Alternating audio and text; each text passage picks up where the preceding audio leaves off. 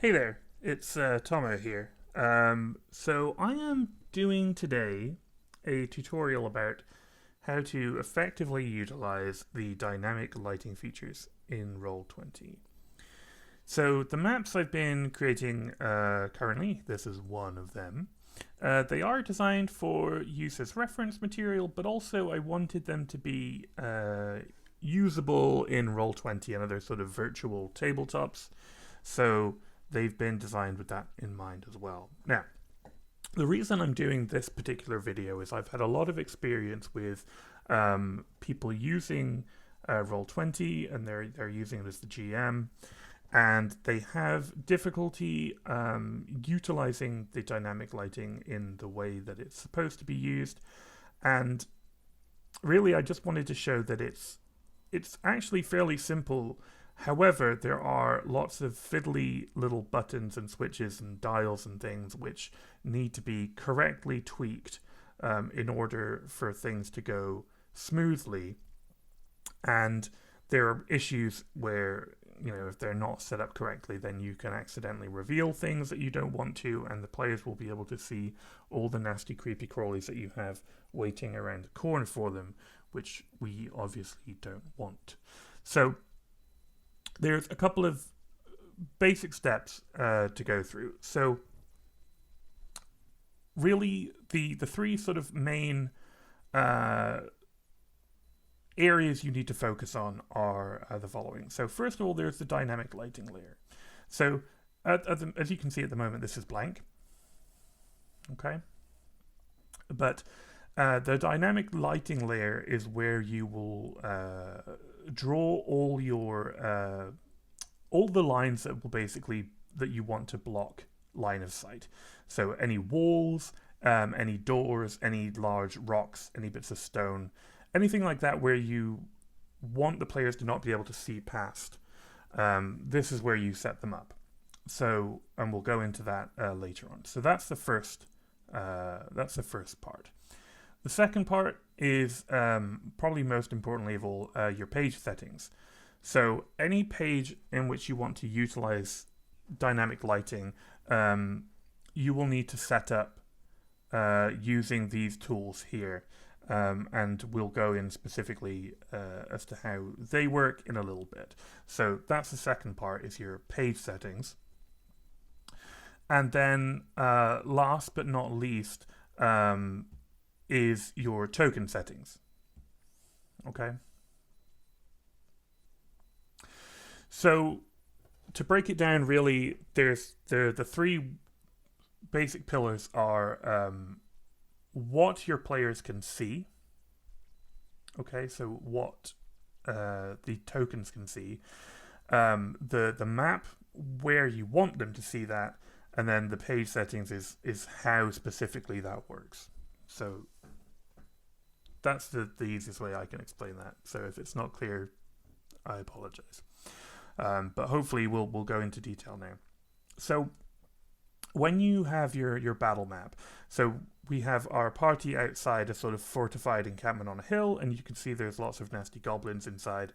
And if we check on how our token can see at the moment, so if you click on a token in the sort of GM mode, and you can do this in play as well, obviously, you can press Control L on Windows or Command L on Mac, and it will show you what your players can see. Now, I've just done that. So at the moment, if I were to just boot this into the game, this player playing this human fighter would be able to see everything on the map. They'd be able to see all the goblins, they'd be able to see the layout of the rooms, they'd be able to see there's no goblins in here, etc., etc. So we don't want that. We want to set it up so that our players can only see what we want them to see. So the first thing we need to do is consider the time of day and what the sort of lighting situation would be. Now, that is when we go into our page settings and we sort that out there.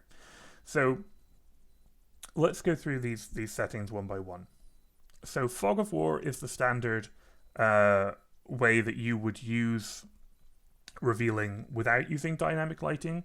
And Fog of War is a more active way of doing it. So Fog of War, the way I like to think about it is dynamic lighting is something you do in prep, and then you don't have to worry about revealing parts of the map other than opening doors and secret passages in the actual game. Fog of War is very much the opposite. You don't need to do anything in prep, and then as the players are progressing, you can reveal areas to them, which is a perfectly fine way to do it. Obviously, like, you need to have a plus subscription or a pro subscription to access the dynamic lighting anyway, and if you are on the free account, Fog of War, perfectly fine, it works. But for our purposes, we are not going to be touching Fog of War. So if you want your dynamic lighting stuff, you don't want Fog of War on, because it will mess things up and it won't work. Now, advanced Fog of War, if we enable that, I will go through that sort of later on. Basically, it's just a way to enhance the dynamic lighting system. But for my purposes, I tend to not have it on for reasons I will explain later on. So really, if you want dynamic lighting, this is the only one you need enabled. Right? You don't need to touch Fog of War, and you don't need to have advanced Fog of War on to get a really decent experience here. So there's a couple of switches you can enable even within dynamic lighting. So we'll go through those at the start. So enforced line of sight, if you hover over it, it tells you what it says. Player's line of sight set by what tokens they control. So you want that on. What that basically means is that your players will only be able to see what their specific token can see. So, for example, if your dwarf is over here and your fighter is over here, when we have it set up correctly so that enforced line of sight is on, your dwarf will only be able to see this wall here. Maybe over here. They won't be able to see anything that's going on over there. And the human fighter, the same, right? They'll only be able to see these rocks and down here and this. They won't be able to see anything that's over here. So that's what enforced line of sight does. So we want that on. Only update on drop. I can show that off more when we actually have the lighting set up. Basically what that means is that usually when you sort of move your token around, so if you pick them up and move them, because you're sort of marching their movement, as you move the token, the lighting will update. However, only update on drop is really useful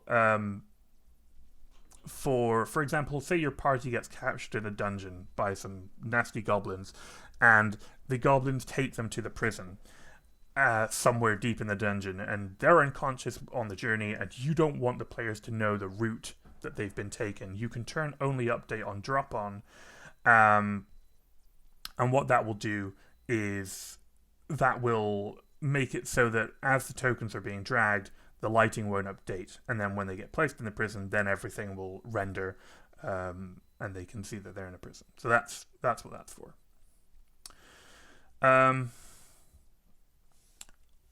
Then restrict movement. Basically, this is also important. It just means that your players can't move through walls. So if you have dynamic lighting set up so that walls are walls, your players won't be able to just sort of like bump their way through the wall. It'll act and it'll stop them moving there. Now, the last one, global illumination. So instead of darkness, show light in all places can see. So this is really important for determining the general sort of level of lighting in your scene. So, for example, if your area is outside, you generally want global illumination on. That will mean that basically, if the players are outside, even if they don't have dark vision, they'll be able to see everything on the map, apart from areas that are blocked by dynamic lighting. And I'll show you sort of how those work when we move on. So for this map, we do want global illumination on because it's daylight out, right? So that's how we set up sort of like the page. So the next thing we want to do is we obviously want to then set up what our players can and can't see. So when you're then setting up your walls, now this is the tedious part, but it's important. So what you want to do is when you're prepping your adventure, you get your battle map up, you head onto the dynamic lighting layer, which is this one. Okay. Then I tend to use the polygon line tool because it's a lot of walls, so it works. And then what you want to do is you just want to sort of mark off every area that you don't want your players to see past. So for walls, you just sort of go around like this, and there we go. So now we've created a solid sort of blockade that our players can't see beyond. So now if we... Oh, our human cannot see. So let's give them some sight, and I'll explain how that works in a second. Give them sight. There we go. So now, when we check our human cannot see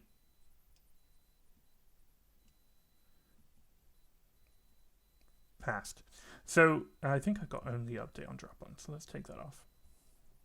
But that's a good example of how that works. So basically, it'll only render the new lighting when they stop moving. Whereas what you generally want is this. So now our human can sort of move around, and in real time we can see their line of sight changes. And then, oh, they get here, and they can see inside. Okay. But there's a door on our little building here. So, for doors, what you ideally want to do, I use, basically when I'm doing walls and doors, I use two contrasting colors. So a door, you want to put a little sort of thing here. And that means that still acts as a lighting block. Okay, so now they can't see the door. And then in play, you just, players kick down the door and you just whoop, slide it out of the way. Bingo. They've opened the door. Right. So, now let's imagine that I managed to do all of that. And here's one I made earlier. So, if I go onto the dynamic lighting layer here, you can see that I've set up every area that I don't want my players to be able to see past, and they're all blocked off by these dynamic lighting lines. Okay, and then I have my two doors here, which I can just move as and when I need to, and then if players want to close them again, we can do that too. It's fairly simple to just move those pieces around. So anything that you want to have temporarily blocking line of sight, but the players want to move, make sure you have it in like a different color, and then also like a different a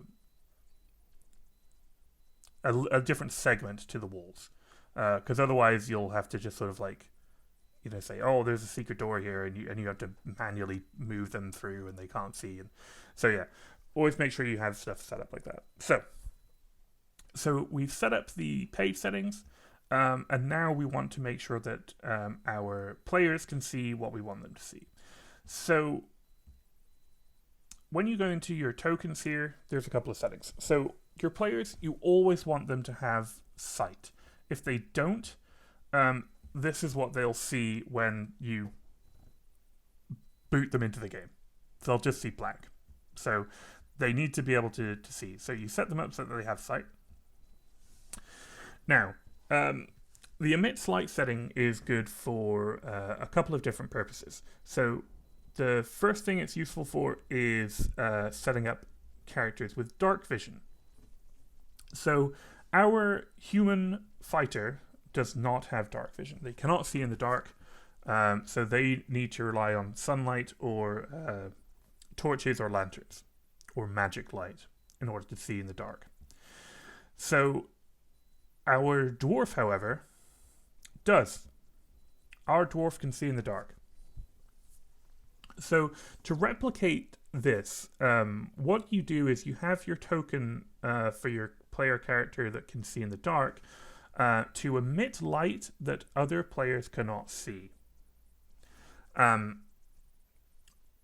What this does is this means that the token is emitting light around it into the darkness, but only that player can see it. And what that means is it replicates the fact that this character can see in the dark and that other players can't see what they can see. It's pretty simple.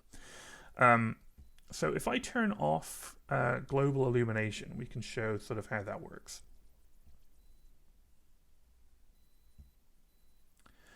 So here at the moment, it's dark outside. Okay? Our human fighter can't see in the dark. Okay? Our dwarf can. So let's turn update on drop off. I need to keep leaving this off. I'm very good at this. Okay.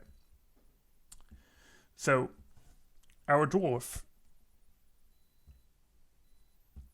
as they move around, they can see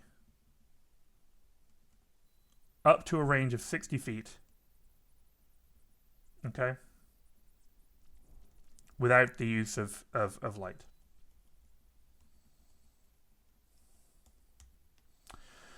Which is good.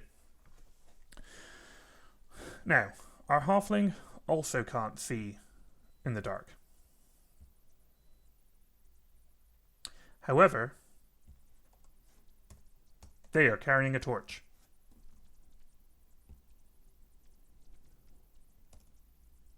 Okay?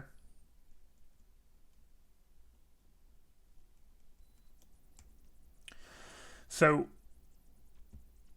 for a character who's carrying a torch, what you want to do is the light radius is the maximum amount of light that a torch gives off, including the dim light. So, by the rules of 5e D&D, a torch emits 30 foot of bright light and then an additional 30 feet of dim light.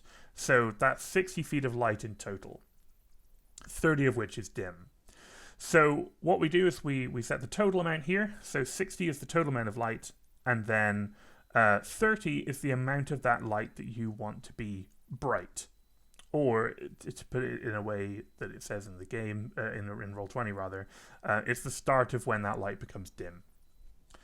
And because it's a torch, that's light that is visible to everyone, unlike dark vision, which is only visible to the dwarf. So you put all players see light, and this means now our human can see that halfling's light. And you see it doesn't update as they move around. Okay? Because the light source isn't moving. Okay.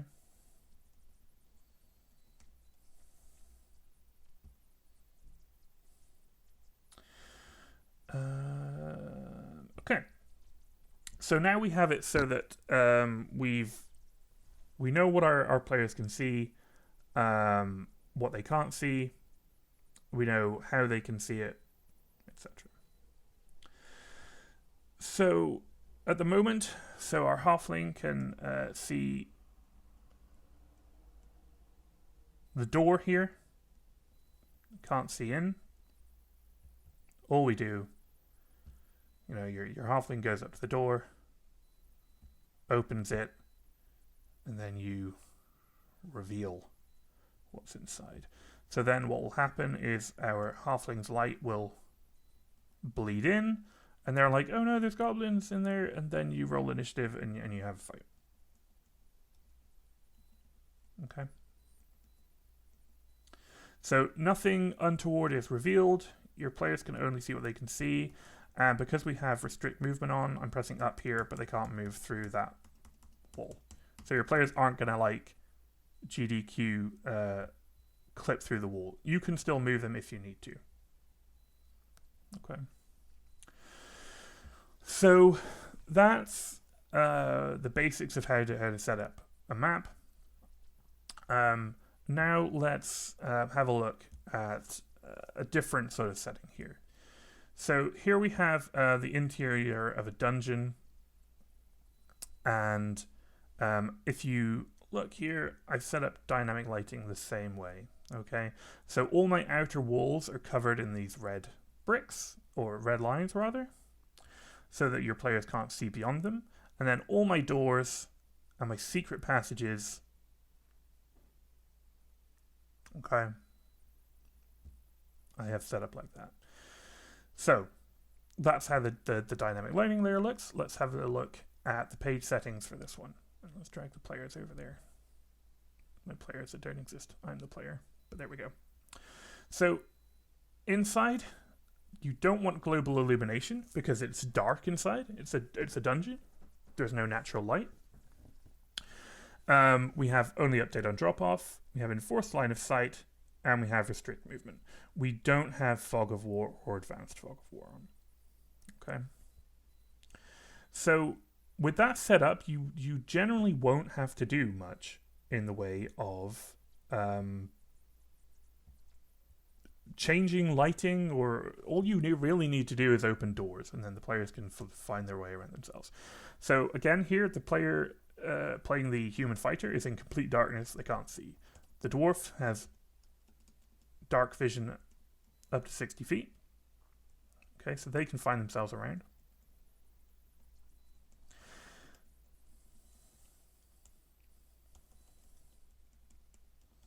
One note I will make about dark vision. You can make it more difficult for your players to see if you so choose. If dark vision to you means that you only have like a very sort of limited sort of amount of perception, you can sort of replicate that fairly easily. So when I have dark vision set up, you can do it in two ways. You can either have it so that they have 60 feet and then you don't set a start of dim. What this means is they can just see as if it were bright light for 60 feet. They can turn and see the nasty skeletons. Okay. Okay. So you might want to do that. You might just think, right, dark vision is fine. You can just see in the dark, whatever. You can see it as if you could see the map, as if it was perfectly well lit, right? However, you can also set it up. So like I said, my standard is -5 because I think that's dark enough. This number is actually analog in a way that you can increase that number, still with the minus, and that will make it dimmer. Okay. So depending on how uncomfortable you want to make that. Okay. The higher that number is, the dimmer your dark vision is. And it's like, oh, so if your players come in a room and you have some tokens in there, they're like, oh, I can see something in there. I know there's some figures in there, but I don't know what it is. And then they light a torch. And oh no, the skeletons. All right. So that's one way you can do it. So, oh no, they're stuck in the wall. So that's how you want like your dungeon set up. Now, you can also set up so that your monster tokens have sight as well. Okay.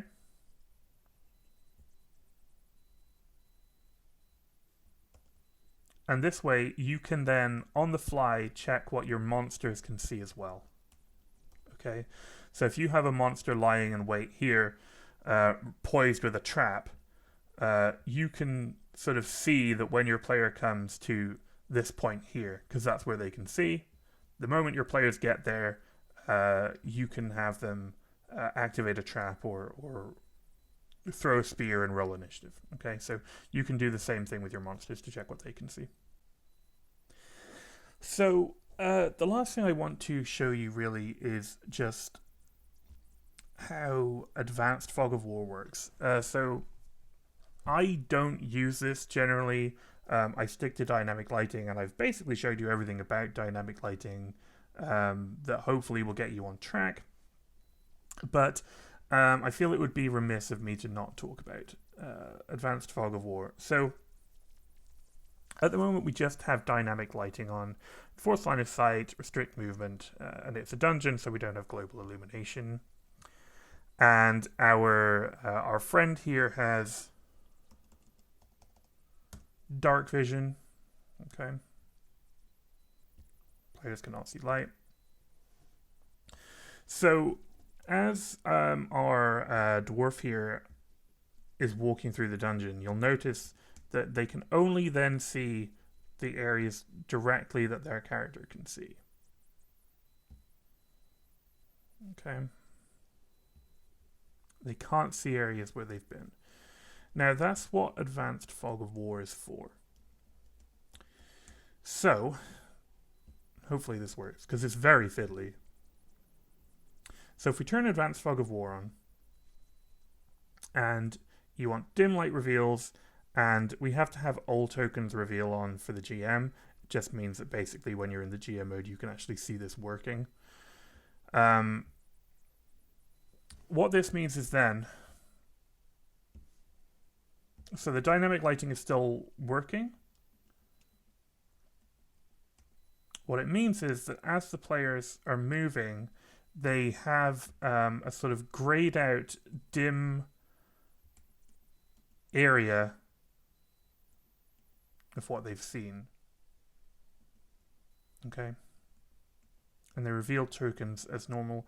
And if they don't have direct line of sight on a room, they won't be able to see any tokens in there. So you can be moving stuff around here in this room. So Dwarfy McDwarf Pants comes around the corner and he sees, oh no, there's skeletons, and he runs away. All right. And he can't see you moving them out of the way. So that when he comes back, they're not there. Right. So it's just a way to have your players be able to like keep a map. Okay, and they can say, oh, that was the room with the coffin in, or crypt, or sarcophagus. Okay, and it'll allow them to sort of more easily find themselves around. I should also say that this does, it's a bit more system intensive than just having the dynamic lighting, because you're having all this stuff going on. But if you really need your players to not get lost and have an idea of where they're going, you can use the Advanced Fog of War stuff. And it interacts with the dynamic lighting pretty well. So that's basically what it looks like. But you don't want Fog of War on with that. You just want dynamic lighting and Advanced Fog of War on. I tend to use just dynamic lighting. I have just this. Okay.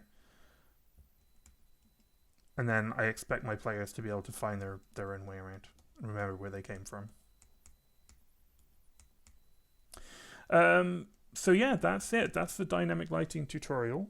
If you have any questions, feel free to comment. And if there's anything that needs expounding on that I might want to do in another video, feel free to ask that as well. But I hope that was helpful in some way and I hope that it will make you more confident in using the dynamic lighting and more able to not end up showing an entire dungeon floor to your players.